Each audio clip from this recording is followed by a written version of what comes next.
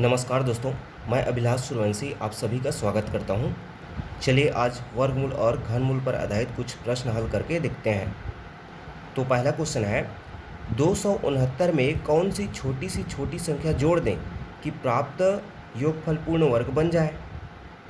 तो देखिए इस प्रकार के प्रश्नों को कैसे हल करते हैं। 269 में कौन सी छोटी संख्या जोड़ दे बोल रहा है, मतलब 269 क्या है, एक पूर्ण वर्ग संख्या नहीं है। इसमें हम कौन सी छोटी संख्या जोड़ दें कि यह जो है पूर्ण वर्ग संख्या बन जाए। तो देखिए इसके लिए सबसे पहले हम 269 की वर्गमूल ज्ञात करेंगे। अब 269 पूर्ण वर्ग संख्या नहीं है, मतलब इसका वर्गमूल हम भाग विधि से ज्ञात करेंगे। तो चलिए सबसे पहले हम इसका वर्गमूल ज्ञात कर लेते हैं।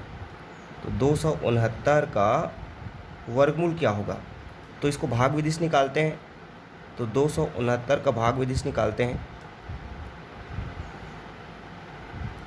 जोड़े बना लिए। अब यह हो जाएगा एक एक कम एक, दो में एक एक घटेगा तो एक, उतार देंगे 6 और 9 को। अब यह एक एक जुड़ जाएगा तो यह हो गया 2। अब यहाँ पर क्या लें, 6 लेते हैं, मान लीजिए 6। तो 6 6 छक्का 36, 6 दूनी 12, 12 3 15। तो यह 9 में 6 3, 6 में 5 1, इस प्रकार 13 बचा। अब फिर यह 6 यहाँ पर जुड़ जाएगा तो 6 6 12, मतलब यहाँ पर फिर हम 2 जीरो लेंगे और दशमलव लगा देंगे। तो 2 जीरो उतारते हैं और यहाँ पर दशमलव लगा देंगे, मतलब यहाँ पर यह 16 दशमलव में आ रहा है वर्गमूल। हमें यहाँ पर देखिए दोस्तों, पूरा इसका वर्गमूल हमें एग्जैक्ट ज्ञात करने की ज़रूरत नहीं है, बस हमें एक अनुमान लगाना है। तो यहाँ पर देखिए 16 दशमलव में आ रहा है, अब कुछ भी आएगा 16 दशमलव, इसका मतलब क्या है, यहाँ पर इसका वर्गमूल 16 दशमलव, तो लगभग यह 16.4 में आएगा। इसलिए अब हम क्या करेंगे, 269 के ठीक ऊपर वाली, मतलब ठीक बाद वाली पहली वर्ग संख्या क्या है उसको निकालेंगे। तो 16.4 के जस्ट ऊपर कौन सी संख्या होगी, मतलब 16.4 के बाद एक पूर्ण संख्या क्या हो जाएगी, 17। तो 17 का हम वर्ग लेंगे, इसलिए 17 का वर्ग लेना है। तो 17 का वर्ग हमें याद है 289 होता है। अब देखिए इस 269 को पूर्ण वर्ग संख्या बनने के लिए हमें कितने संख्याओं की ज़रूरत पड़ रही है, तो इसके लिए क्या करेंगे, 289 में इस 269 को घटा देंगे तो हमें जोड़े जाने वाली संख्या प्राप्त हो जाएगी। तो चलिए घटा देते हैं, इसलिए जोड़े जाने वाली संख्या क्या हो जाएगी, जिससे 269 पूर्ण वर्ग संख्या बन जाए। तो 289 में हम 269 को घटा देते, तो 9 में 9 शून्य, 8 में 6 2। इस प्रकार हमारा उत्तर क्या हो जाएगा, 20। तो 20 ही वह क्या है, संख्या है जिसे 269 में हम जोड़ेंगे तो 269 एक पूर्ण वर्ग संख्या बन जाएगा।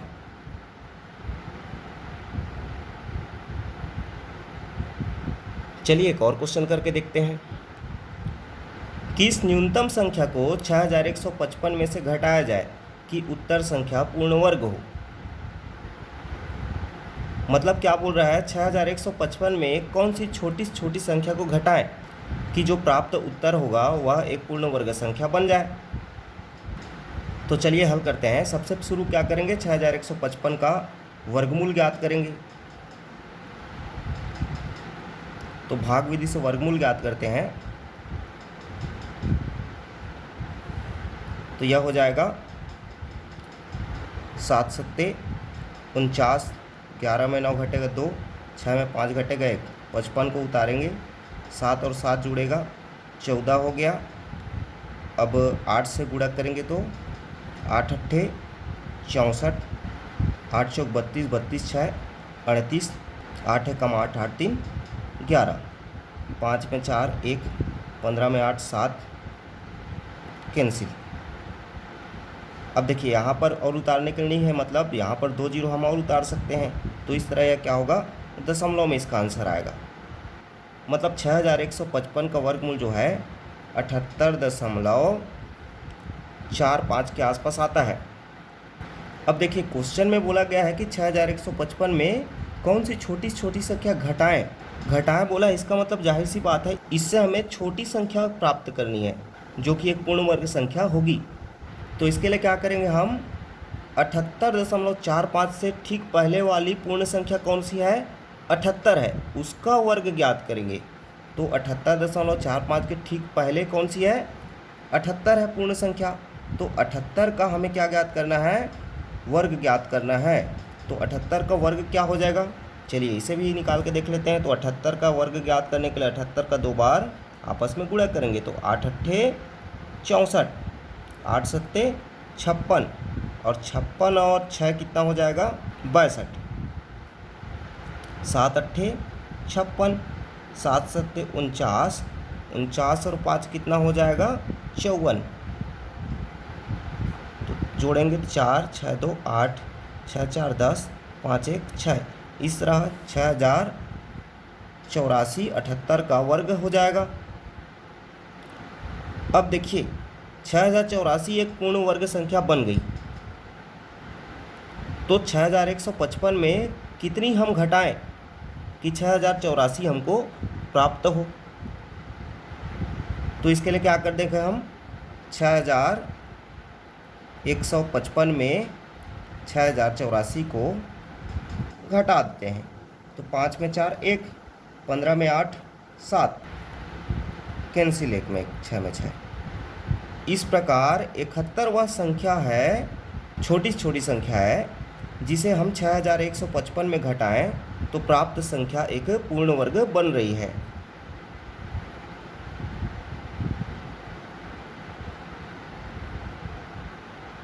चलिए अगला क्वेश्चन देखते हैं। 4 अंकों की छोटी से छोटी वर्ग संख्या क्या है? तो 4 अंकों की छोटी से छोटी वर्ग संख्या ज्ञात करने के लिए हम सबसे पहले 4 अंकों की सबसे छोटी संख्या क्या है ये ज्ञात करेंगे। तो 4 अंकों की सबसे छोटी संख्या क्या है? 1000 होती है, इसलिए हमें इस 1000 का वर्गमूल ज्ञात करना होगा। तो 1000 का वर्गमूल क्या हो जाएगा? तो भाग विधि से निकालेंगे। तो 3 तिया 9, 10 में 9 जाएगा 1, 3 और 3 जुड़ जाएगा 6 हो गया। यहाँ पर 1 से गुणा करेंगे तो 61, 10 में 1 9, 10 में 7 3। अब देखिए यहाँ पर फिर हम 2 जीरो उतारेंगे, मतलब यह जो है 31 दशमलव में आ रहा है इसका वर्गमूल। तो 1000 का वर्गमूल क्या हो रहा है? 31.62 में लगभग आता है। अब देखिए ध्यान से क्वेश्चन को। तो 4 अंकों की छोटी छोटी वर्ग संख्या बोला है। तो 4 अंकों की सबसे छोटी संख्या क्या होती है? 1000 होती है, जिसका वर्गमूल हमारा 31.62 में आ रहा है। मतलब इससे यदि हम छोटे में जाएंगे तो वह 1000 से कम हो जाएगी, मतलब वह 3 अंकों में चले जाएगी। इसलिए हम इसके बाद की वर्ग संख्या को देखेंगे। तो 31.6 के बाद पूर्ण संख्या क्या होती है? 32। तो 32 का हमें वर्ग यहाँ पर निकालना होगा। तो 32 का वर्ग हो जाता है 1024, और यही क्या है? हमारा 4 अंकों का सबसे छोटी छोटी वर्ग संख्या है।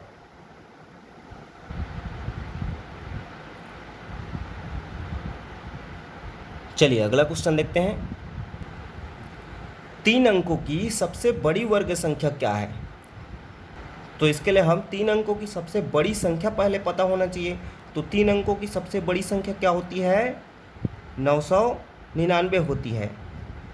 इसलिए हमें इस 999 का वर्गमूल ज्ञात करना होगा। तो 999 का वर्गमूल ज्ञात करते हैं तो कितना प्राप्त होता है? 3 तिया 9, 9 9 उतरेगा, 3 3 6 हो जाएगा। यहाँ पर 1 लेंगे तो यह हो गया 61, 9 में 1 8, 9 में 6 3। अब फिर यहाँ पर उतारने के लिए कुछ नहीं, मतलब 2 जीरो उतारेंगे तो यह दशमलव में जाएगा आगे। यह 1 इससे जुड़ेगा तो 1 1 2 6। अब यदि हम तो इसे हमें आगे हल करना है। तो इस प्रकार हमें क्या है? 999 का वर्गमूल जो है 31.6 के आसपास मिलता है। तो यहाँ पर इसका वर्गमूल निकालते समय आपको 31 दशमलव के आगे हल करने की ज़रूरत नहीं है। आपको बस इतना पता चल गया कि 31 दशमलव में आ रहा है। अब 31 दशमलव में आ रहा है और हमें पूछ के आ रहा है 3 अंकों की सबसे बड़ी वर्ग संख्या। तो देखिए 31 दशमलव में आ रहा है, मतलब 31.6 है। यदि हम इससे बाद की पूर्ण संख्या का वर्ग करें तो उसका वर्ग 4 अंकों में चले जाएगी, इसलिए हमें इसके पहले की पूर्ण संख्या का वर्ग निकालना होगा। तो 31.6 के पहले पूर्ण संख्या क्या है? 31 है, इसलिए हमें 31 का वर्ग ज्ञात करना होगा। तो 31 का वर्ग क्या आता है? 961 आता है। इस प्रकार 3 अंकों की सबसे बड़ी वर्ग संख्या क्या है? 961 है।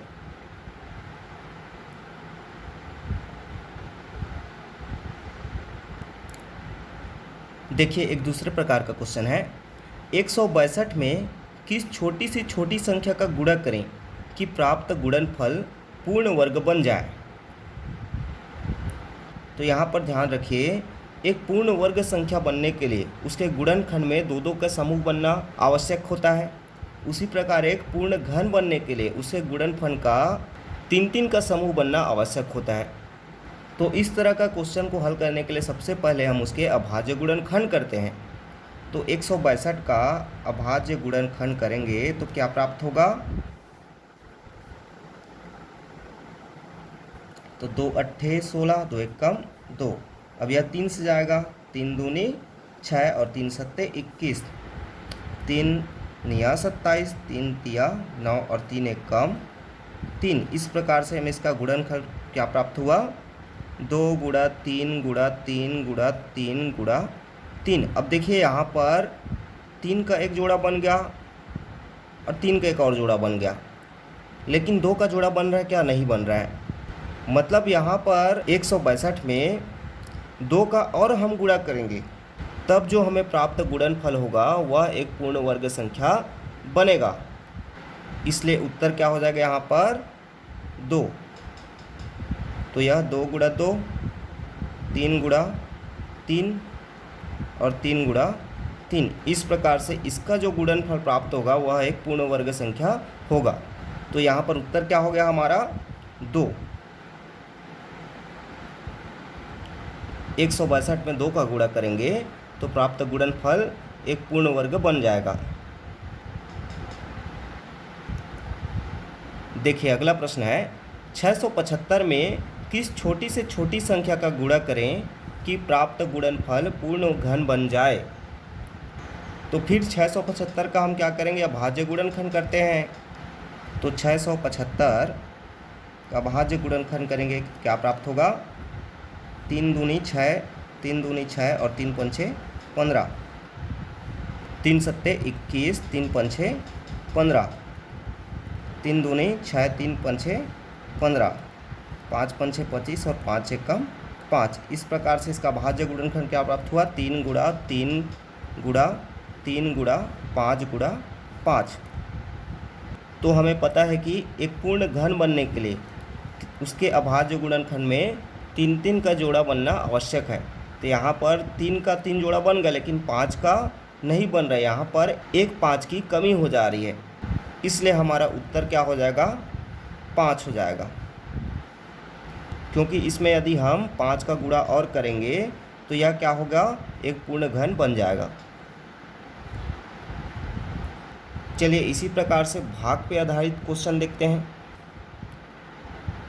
1008 को किस छोटी सी छोटी संख्या से विभाजित किया जाए कि भागफल एक पूर्ण वर्ग संख्या बन जाए। तो सबसे पहले हम इस 1008 का गुणनखंड करेंगे तो क्या प्राप्त होगा? 2 पंछे 10, 2 शून्य शून्य 2 चौक 8, 2 दूने 4, 2 पंछे 10, 2 दूने 4, 2 एकम 2, 2 तोने 4 और 2 छक्के 12, 2 छक्के 12 और 2 तिया 6। अब जो है यह 3 से जाएगा तो 3 दूने 6, 3 एकम 3, 3 सत्ते 21, 7 एकम 7। इस प्रकार से इसका गुणनखंड क्या प्राप्त हुआ? 2 गुणा 2 गुणा 2 गुणा 2 गुणा 3 गुणा 3 गुणा 7। अब देखिए यहाँ पर इस गुणनखंड में वर्ग संख्या बनने के लिए क्या होती है? 2-2 का समूह। तो 2-2 का समूह बनाते हैं तो 2 2 2। इन तीनों का तो 2-2 का समूह बन गया, परंतु 7 का समूह नहीं बन रहा है। तो यहाँ पर क्या बोला है?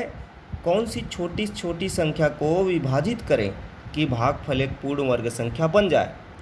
तो 7 का जोड़ा नहीं बन रहा है, इसलिए हम 7 को ही विभाजित करेंगे तो हमारा प्राप्त भागफल एक पूर्ण वर्ग संख्या बन जाएगा। इसलिए हमारा आंसर क्या हो जाएगा यहाँ पर 7।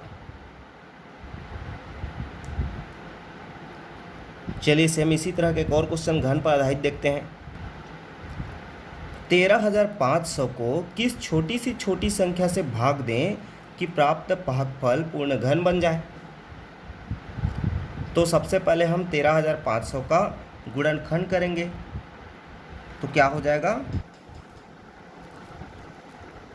2 छक्के 12, 2 सत्ते 14, 2 पंचे 10, 2 शून्यम शून्य, 2 तिया 6, 2 तिया 6, 2 सत्ते 14, 2 पंचे 10। अब यह 2 से नहीं जाएगा, 3 से, 3 एक कम 3, 3 एक कम 3, 3 2 6, 3 पंचे 15, 3 तिया 9, 3 सत्ते 21, 3 पंचे 15, 3 एक कम 3, 3 दूनी 6, 3 पंचे 15। अब यह 5 से जाएगा, 5 दूनी 10, 5 पंचे 25, पंचे 25 कम 5।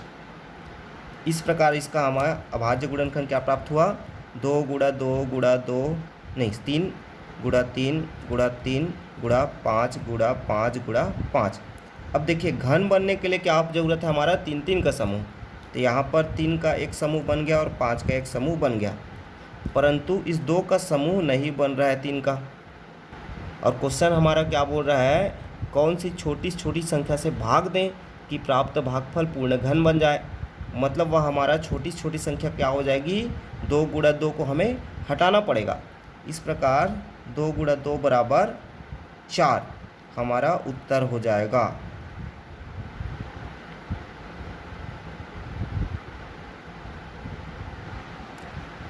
चलिए एक दूसरे टाइप का क्वेश्चन है। 484 नींबुओं को ठोस वर्ग के रूप में रखा गया है, किसी एक ओर से कितने नींबू दिखाई देंगे। अब देखिए इस तरह के प्रश्न को हल करने के लिए मैं एक पहले छोटा सा एग्जांपल देता हूँ। मान लीजिए यहाँ पर मैं बोल रहा हूँ 4 नींबू हैं, उसको हम एक ठोस वर्ग के रूप में रख दिए हैं और मैं पूछ रहा हूँ आपको किसी भी एक ओर से देखते हैं तो कितने नींबू दिखाई देंगे। आप इधर से देखते हैं तो 2 नींबू दिखाएंगे, इधर से भी देखते हैं 2, इधर से भी देखते हैं 2, तो इधर से भी देखते हैं 2। मतलब आप चारों तरफ में से किसी भी तरफ से देखिए आपको 2 नींबू ही दिखाई देगा, क्योंकि इसे हम एक ठोस वर्ग के रूप में रखे हैं। मतलब हम क्या किए, उस 4 नींबुओं का वर्गमूल ज्ञात कर लिए तो 2 प्राप्त हो रहा है। तो सेम इसी तरह हमें करना है इस क्वेश्चन को हल करने के लिए। सीधा 484 का वर्गमूल हमें बता देना है।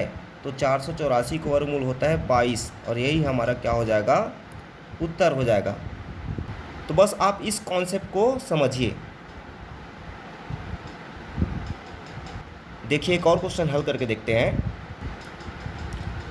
324 वस्तुओं को उतनी पंक्तियों में व्यवस्थित किया जाता है जितनी एक पंक्ति में वस्तुएं हैं। पंक्तियों की कुल संख्या ज्ञात कीजिए।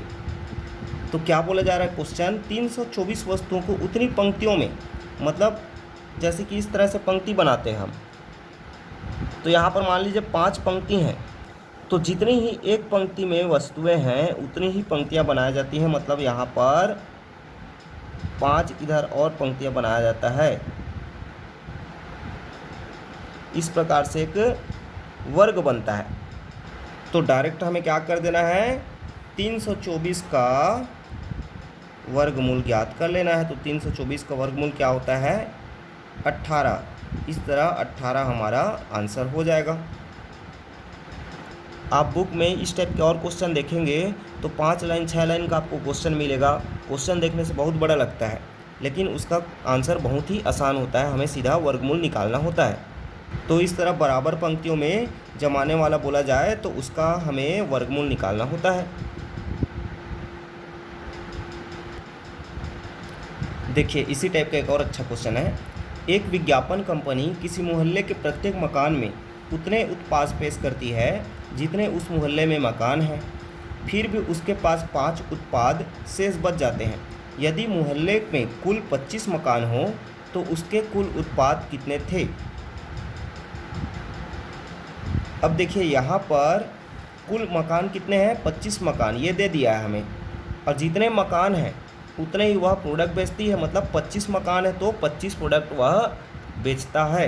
तो क्या दिया है हमें, टोटल 25 मकान दिया है, और क्या बोल रहा है, जितने मकान हैं उतने ही प्रोडक्ट वह पेश करता है, मतलब 25 मकान है तो 25 प्रोडक्ट वह पेश करता है। इस प्रकार से हमारा टोटल प्रोडक्ट की संख्या कितनी हो जाएगी, 25 गुणा 25 कितना होता है, 625 होता है।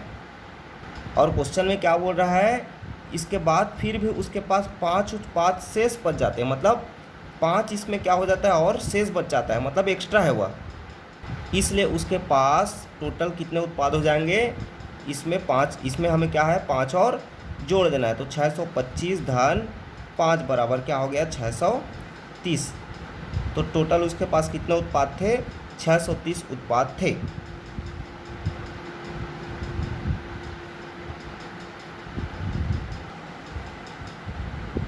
देखिए अगला क्वेश्चन है, एक सेनानायक अपने सैनिकों से उतनी पंक्तियां बनाता है जितने प्रति पंक्ति सैनिक हों। इस प्रकार उसे 4 सैनिक कम पड़ जाते हैं। यदि कुल 17 पंक्तियां बनी हों तो सेनानायक के पास कुल कितने सैनिक हैं। तो चलिए हल करते हैं। तो सबसे शुरू उसने खुद बोल दिया है कि टोटल यहाँ पर कितने पंक्तियाँ हैं, 17 पंक्तियाँ हैं। इस तरीके से 17 पंक्ति बने हैं, मतलब 17 इधर और 17 इधर। तो 17 की क्या है पंक्तियाँ बनी हैं, लेकिन वह क्या बोल रहा है उसमें 4 सैनिक कम पड़ जाते हैं बोल रहा है, मतलब 17 की इस प्रकार से बना है। और आखिरी एक पंक्ति में क्या है 4 यहाँ पर कम पड़ जा रहा है, 4 कम पड़ जा रहा है। इसका मतलब क्या है, सीधी सी बात है, हमें 4 माइनस कर देना है।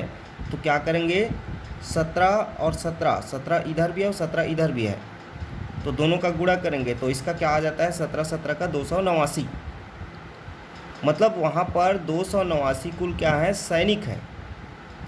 और उसमें बोल रहा है कि 4 कम पड़ जा रहे हैं, मतलब इसमें हम डायरेक्ट 4 घटा देते हैं, तो 9 में 4 5, 8 में 8 और 2।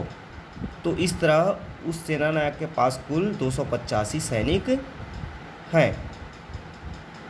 तो वर्गमूल और घनमूल से कुछ और क्वेश्चन बचे हैं जिसको हम अगले वीडियो में पूरा कर लेंगे। तो दोस्तों यदि आप अभी तक इस YouTube चैनल को सब्सक्राइब नहीं किए हैं तो लाल कलर का सब्सक्राइब बटन को दबाकर सब्सक्राइब कर लीजिए और बेल बटन को दबाना ना भूलें, ताकि अगले वीडियोस की नोटिफिकेशन आपको तुरंत मिलता रहे। धन्यवाद।